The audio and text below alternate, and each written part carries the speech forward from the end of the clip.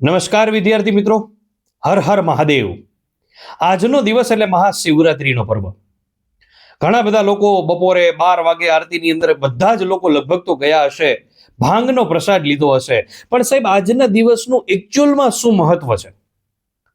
ખાસ કરીને બધા લોકોને એ તો ખબર જ છે કે શિવ અને પાર્વતીના લગ્ન થયેલા હતા.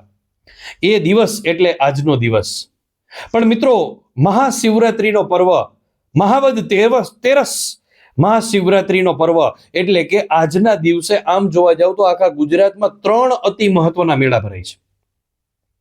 જુનાગઢ ખાતે જે મેળો ભરાય છે આપણને સૌને ખબર છે, ભવનાથનો મેળો, જેને જુનાગઢનો મેળો કહેવાય, નગ્ન સાધુઓનો મેળો કહેવાય, મંડળ મંડળનો મેળો કહેવાય, મિની કુંભ મેળો કહેવાય. આ દરેકે દરેક નામ માત્ર ને માત્ર ભવનાથના મેળાના જ છે.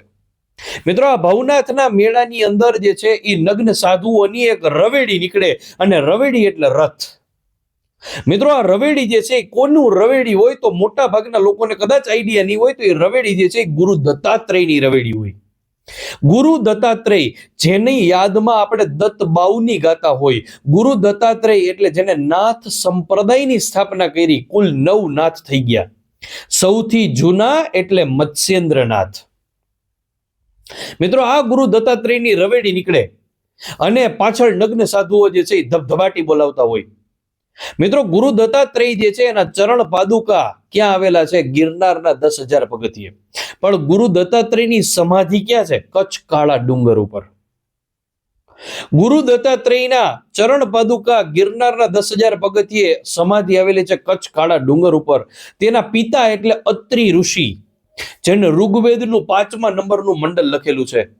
તેના માતા એટલે અનસુયા, જેના નામ ઉપરથી અનસુયા ભોજનાલય આવેલું છે કચ્છના કાળા ડુંગર ઉપર.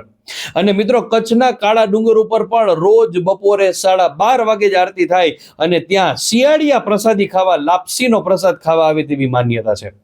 તમે કાળા ડુંગર ઉપર ગયા હોય તો એક્ઝેક્ટ 100 થી 150 મીટર દૂર એક મોટો ઓટલો બનાવવામાં આવ્યો છે, અને ત્યાં જંગલના શિયાળિયા લાપસીનો પ્રસાદ ખાવા માટે રોજે રોજ આવે છે. સાહેબ, આ ભવનાથનો મેળો, જેનું મૃગી કુંડમાં સ્નાન કરીને અંત આવતો હોય છે, અને એવું કહેવાય છે કે હજારોની સંખ્યાની અંદર નગ્ન સાધુઓ જે છે એ મૃગી કુંડની અંદર પડે, પણ એક બાવો જે છે ઓછો નીકળે છે. એ અજર અમર મહાદેવ હોય તેવું માનવામાં આવે છે. સાહેબ, એક વિચારવા જેવી બાબત છે કે આપણે 21મી સદીમાં પહોંચી ગયા. આપણી પાસે મિસાઇલ્સ છે, આપણી પાસે ડ્રોન છે, આપણી પાસે શું નથી? બરાબર છે, પણ નગ્ન સાધુઓ જે છે એ ક્યાં રહે છે એ આપણને ખબર નથી.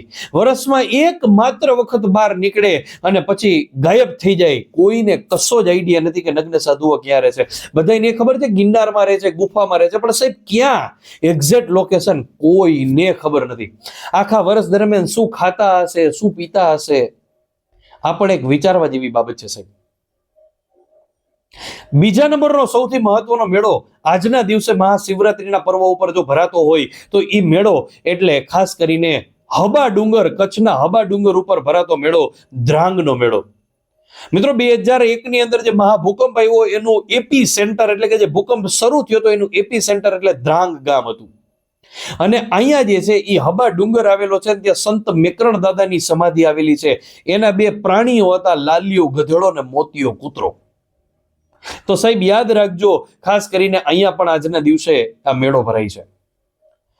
ત્રીજા નંબરનો અતિ મહત્વનો મેળો એટલે ભરૂચની અંદર સ્તંભેશ્વરનો મેળો.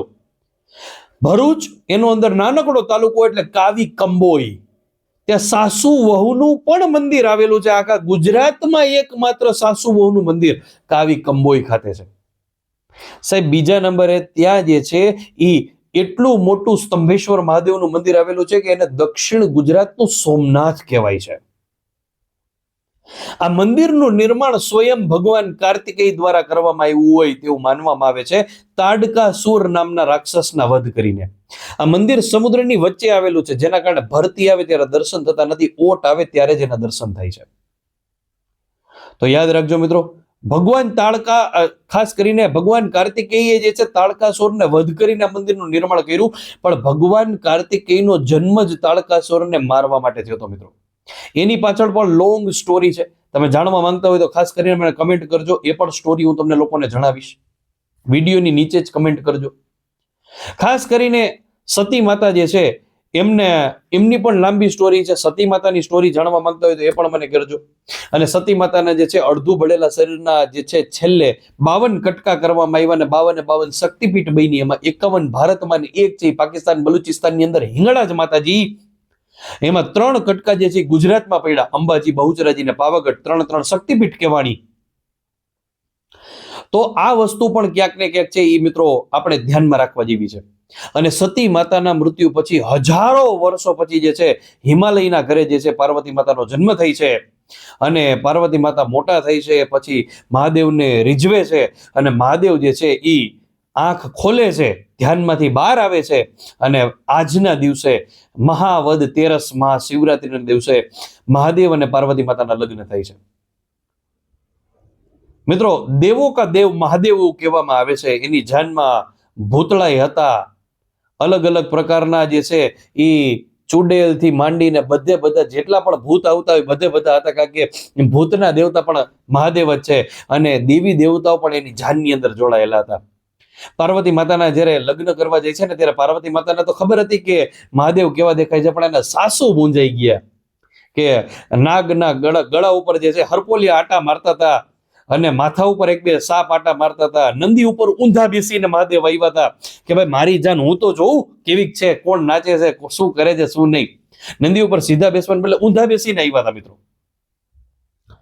બરાબર, ત્યારે જે છે એવું કહેવામાં આવે છે એના સાસુ જે છે એ બેભાન થઈ જાય છે અને ત્યારે પાર્વતી માતા કહે છે કે મહાદેવ મને તો ખબર જ છે કે તમે કેવા દેખાવ છો, પણ આ લોકો માટે કંઈક વ્યવસ્થિત વેશ ધારણ કરી લ્યો. અને ત્યારે મહાદેવ એકદમ સુંદર સ્વરૂપ ધારણ કરે છે પુરુષ તરીકેનું. અને અત્યાર સુધીમાં વિશ્વમાં એવો પુરુષ નથી બન્યો કે જેની કાયા, જેનું મોઢું, જેનું તાકાત, જેની શરીર મહાદેવ જેવું બની શકે. અને એ એના લગ્નના દિવસે ધારણ કરે છે. તો મને એવું થયું કે આજે મહાશિવરાત્રીનો પર્વ છે તો એક નાનકડી સ્ટોરી તમારી સાથે શેર કરું. તો ખાસ કરીને આવી જ નાનકડી સ્ટોરીઓ જાણવા માટે ચેનલને સબસ્ક્રાઇબ કરી નાખજો. અને હા, મેં તમને કીધું છે કે બીજી કોઈ નવી સ્ટોરી જાણવી હોય તો કમેન્ટ કરવાનું ચૂકતા નહીં. તો આવી જ સ્ટોરીઓ તમને જણાવતો રહીશ. Thank you so much.